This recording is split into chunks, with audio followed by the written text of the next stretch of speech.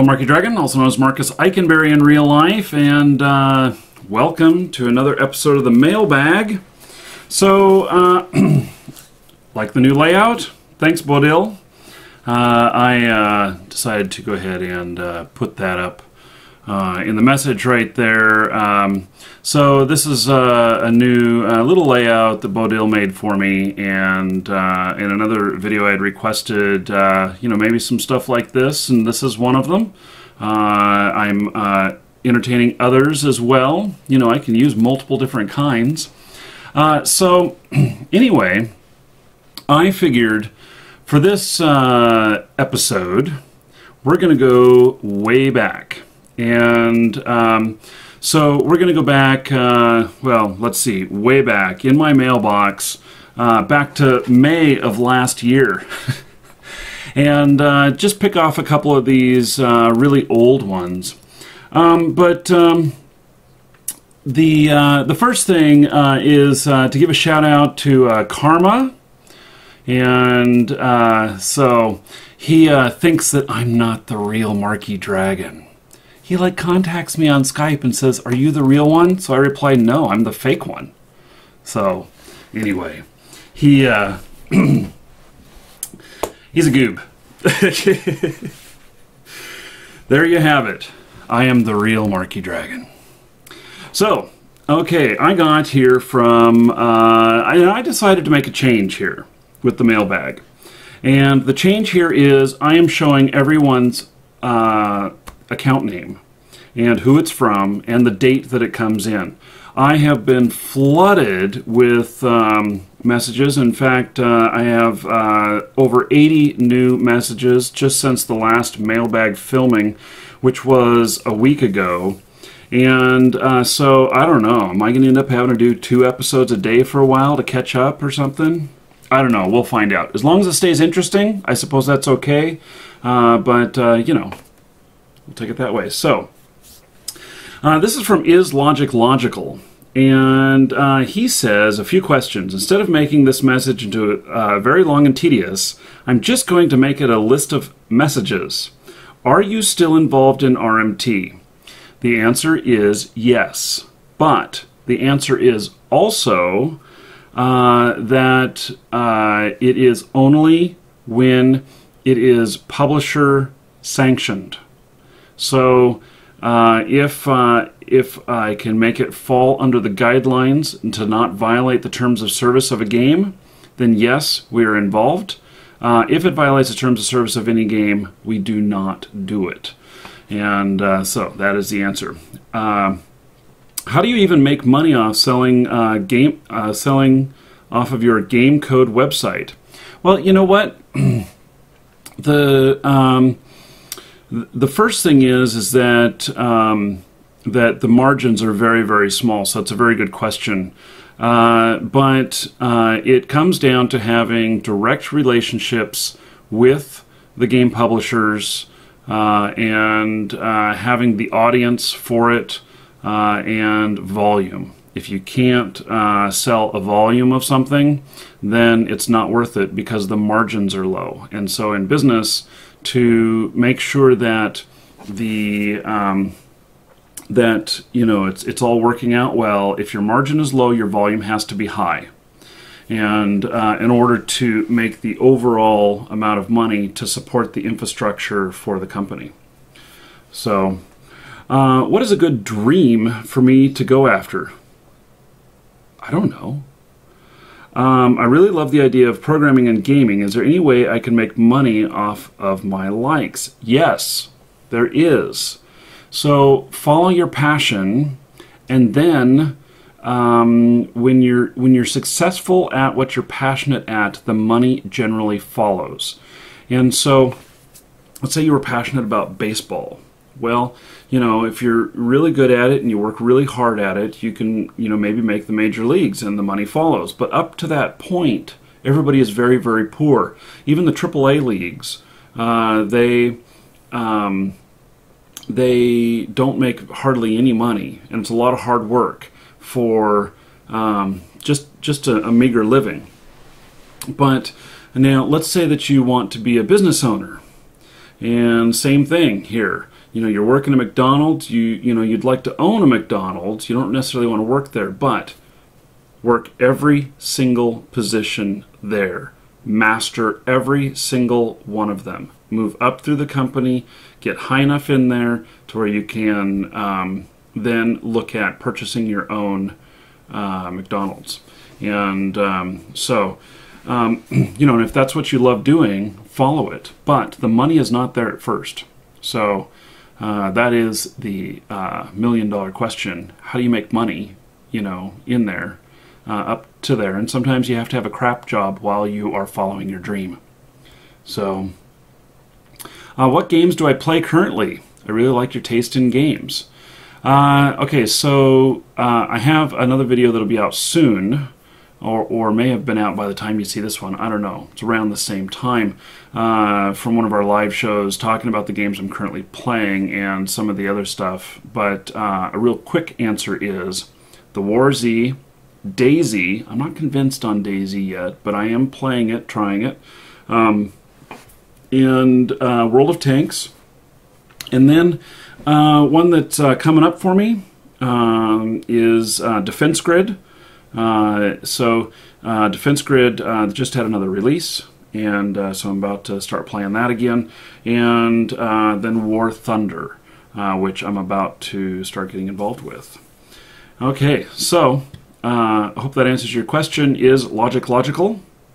Thank you. Okay, so now Alpha Beats Music. You lost $250,000. Yes, it's true. Are you sure, honestly, that the person / company that was selling the accounts for you was not faking the sales, and when they made a bull plop story, bullshit I think is what he means, up to get the cash out of you, because that sounds like you got scammed? You know, so no, they were legit. We had thoroughly investigated them, and he's referring to the video where I lost $250,000 in one day, and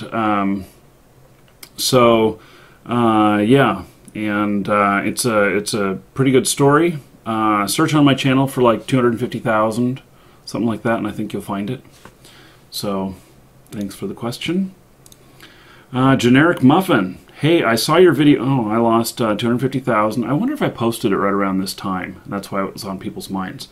And in the background, there's a license plate that says Oregon MMORPG. Where in Oregon do you live? I live in Oregon, and I was just wondering. You know, that's right back here. So, this is the plate, and I've got a couple of them. This was on my Hummer. And I no longer have the Hummer. I'm broke these days. And it was a great car. But anyway, you'll see the Hummer in the upcoming documentary Play Money. And so we went out and did some adventurous stuff in the Hummer while they were filming the documentary. And had a good time with it, so you get to see it there, along with my pink headlights. Yes, I had pink headlights on the Hummer. So, okay.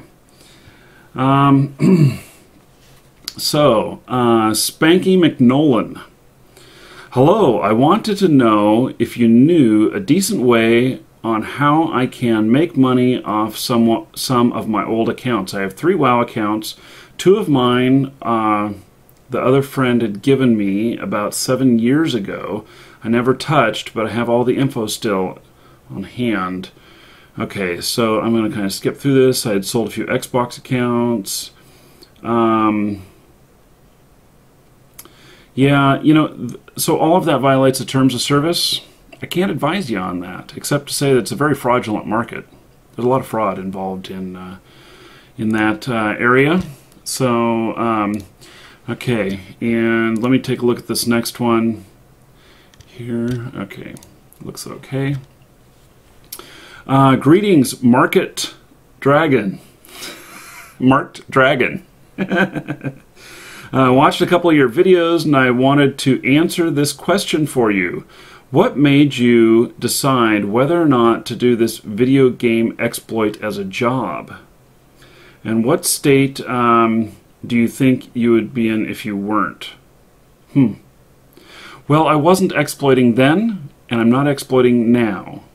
I did have some, stuff that went on back in 2010 and prior that we did. We worked in the gray markets and didn't really do exploiting, but did get involved in some botting.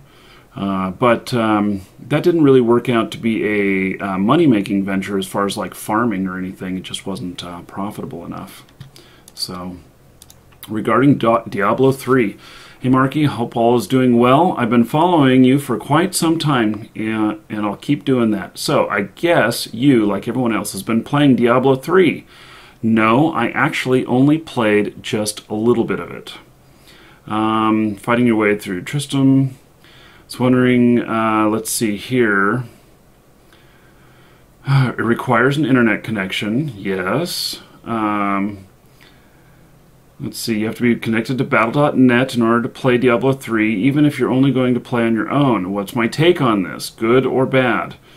Even though the game is released, there's still lag issues, connection issues, yes. Okay, so some of this is kind of irrelevant because it was so long ago, and this is from Andesh. And, the whole deal of needing to connect to the internet to play a standalone game, yeah, it's controversial, but at the same time, you know what? It's necessary. And the reason I say it's necessary is because there is so much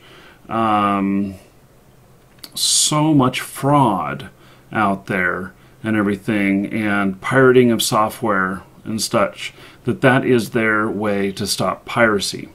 And when it comes to the subject of piracy, I don't like all the security that goes into place to stop piracy, but at the same time, I do think that it is required for them to protect themselves, and that is, and they were not shy about saying that an internet connection would be required.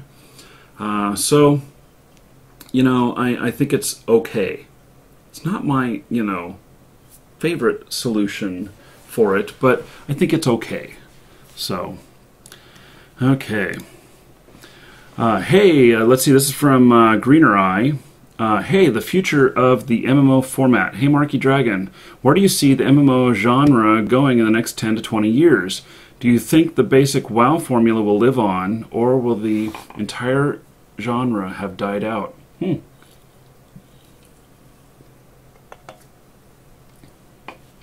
Greener Eye, that's a very good question. So, I think that somebody in the chat room just hit the nail on the head.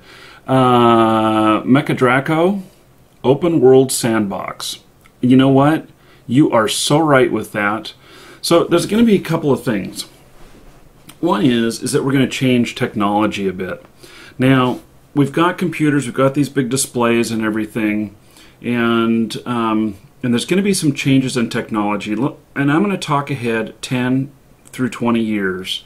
And not about, well, I guess a lot of it is, some of it's based on science fiction, which tends to become true, and some of it is based off of what I know about how technology works these days and what's coming that could be quite prevalent by then.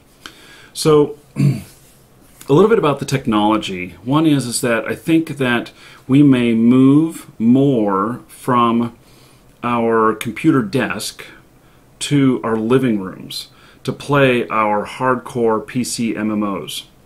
And the reason I say that is because there's going to be a change that's going to come up in technology with television, with displays, with the visuals. And that's going to be where, like right now, I have like an 8-foot diagonal television. and but it's because it's using an old projector that I've got, and so that projector is like a television, and it allows me to put a big image up on the wall. Well, what we're going to see in 10 to 20 years that'll be pretty prevalent, that it'll all become very affordable for us in that time, is like roll-out televisions or roll-out screens. And these screens, we're going to be able to just plaster it along the wall and turn our entire wall in our living room into a media center. Now, right now we use like multiple monitors and everything. Well, we're going to have such high resolutions that we're going to be able to see everything and take like these multiple monitor setups, and it'll all just be on one monitor on the wall. But also as well, we're going to be able to watch TV at the same time. We're going to, our Xboxes, and we're all going to be able to see a good view, like when we're playing 4 of us or however many at that time, with our console games. We're going to be able to separate the views. I think it's something as simple as dragging the screens around. So what if, we've got 3 sets of couches here, and the kids are over on the far side and the adults are over on this side, or adults are in the middle, or whatever, and we all load up, Minecraft. We play Minecraft here, 4 of us at the same time on the Xbox. And so you can move your screen over to, in front of you, and maybe resize it, bigger or smaller. We could have the TV going at the same time. We commonly watch Breaking Bad while playing Minecraft or other interesting programs. And then when something like American Idol comes on, the games are gone, and it's just, American Idol. But what I'm saying is, like, I got a TV in there and I got the projector, and so we're able to do 2 things at once, and I think that we're going to be able to do all kinds of things like that. Now, as far as MMOs, I think that all gaming is going to move to our living rooms like that. And the now MMOs, yes, Mecha Draco hit it right on the head, more sandbox, to where we're creating our worlds. World of Warcraft is great big MMO, and Minecraft is a great big, sandbox game. And I think that the marriage of those 2 things together is going to be really huge 10 years from now. I think that we'll have another huge blockbuster game that is really going to take over, and World of Warcraft will still be around in 10 years, but it won't be the same thing that it is these days. And so I think that we're going to have some other stuff with this as well. Like, we're going to have technology that we're going to be able to interact with, like my glasses, that 10 to 20 years, like right now we've got Google Glass, which allows me to have a display on one of my lenses, and it has a camera, and so it knows what I'm looking at, and it's able to, I could be like in a downtown area and it'd be hooked up to my GPS on my cell phone, which has the GPS, and I look at a building, it will know what that building is, it can title it, it can tell me what stuff is in there, or my GPS can interact with it and tell me that while I'm walking, it'll show a little right arrow, okay, this is the corner you turn at, a left arrow, maybe it'll show dots on the ground, I don't know. So this kind of interactive stuff that we could be playing, game of poker in the front room. And we all have our displays and stuff, but, with our glasses, it shows us our hand. And so this is more of the technology stuff. I'm trying to think of where we've gone. So it was only 1997 is when Ultima Online came out that really kicked this stuff off. And so we are 15 years out on that. And will we still have games like that? Yes. Will we have some incredible new games that they'll be considered an MMO, they'll be massive multiplayer, but they'll look and feel different? Absolutely. So I am greatly looking forward to that, and I'm really looking forward to like this, you know, the whole rollout display on your wall and everything. So I think that could be quite neat. And in fact, you know what I did the other day is that I hooked up my camera. I've got a camera view outside. In fact, let me just add that right here, and I'll show you. So this is a camera view outside, and that is something that I'm able to see from my window right here. And the downstairs, I put it on the projector, which just happens to be on the same wall that if I were looking out I would see that. And so it was really like looking outside. It's kind of funny. And so someone else here, Drakatar, what we need is a holodeck.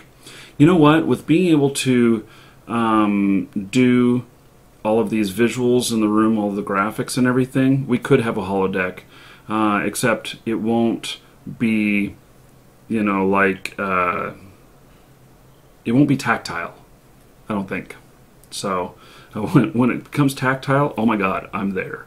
So okay, well, thank you. This ends this particular episode of the mailbag, but if you're watching this on Twitch, don't go anywhere, because we're going to do some more.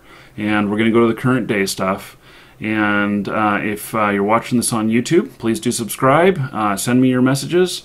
And thanks again to Bodil for making this template. Go check him out. He's got an awesome, awesome Minecraft channel. And so it's really cool. Anyway, take care, everybody. Well, now that you've made it this far, can I interest you in a few more videos? You know, in the upper left, I get questions from people who are really exploring about who they are, what they should do, and, you know, the other people around them. And in that video, I really try and explain how you can just be yourself. Don't worry about the BS that other people give you. Just be you and continue forward. In the upper right, you see all that lightning going off? Woohoo! You know, I am a big fan of hazardous weather. And I filmed this while in Mississippi and set the lightning show to music, hard rock music. So check it out if you want some just creative stuff that I've done. At the bottom left is the mailbag. It's a brand new series that I've just started, and it's where I am reading the mail one by one that comes into my YouTube account. I'm not skipping anything, and I'm not leaving anything out, and just saying it as it is and what comes to my mind. And when we hit one that's really good, the video continues through that one, and we talk about that subject, and then that segment is over. So I've come across quite a few good things from that, and it's been very well received. You should check it out if you want to see what other viewers are saying. And in fact, if you want to send me anything, you can. It will get read. So, and then in the lower right, you know, sometimes we have to deal with really shitty people.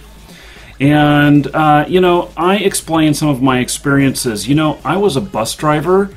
I got assaulted several times on the bus. I owned a computer store and had abusive customers. And in fact, just the other day, I fired a customer because he was an asshole. So, you know, don't put up with that stuff. Just, you know, make sure that people are respectful of you and have compassion for those other people. So, anyway, enjoy the music on the way out. Make your selection. I'm Markee Dragon. Take care.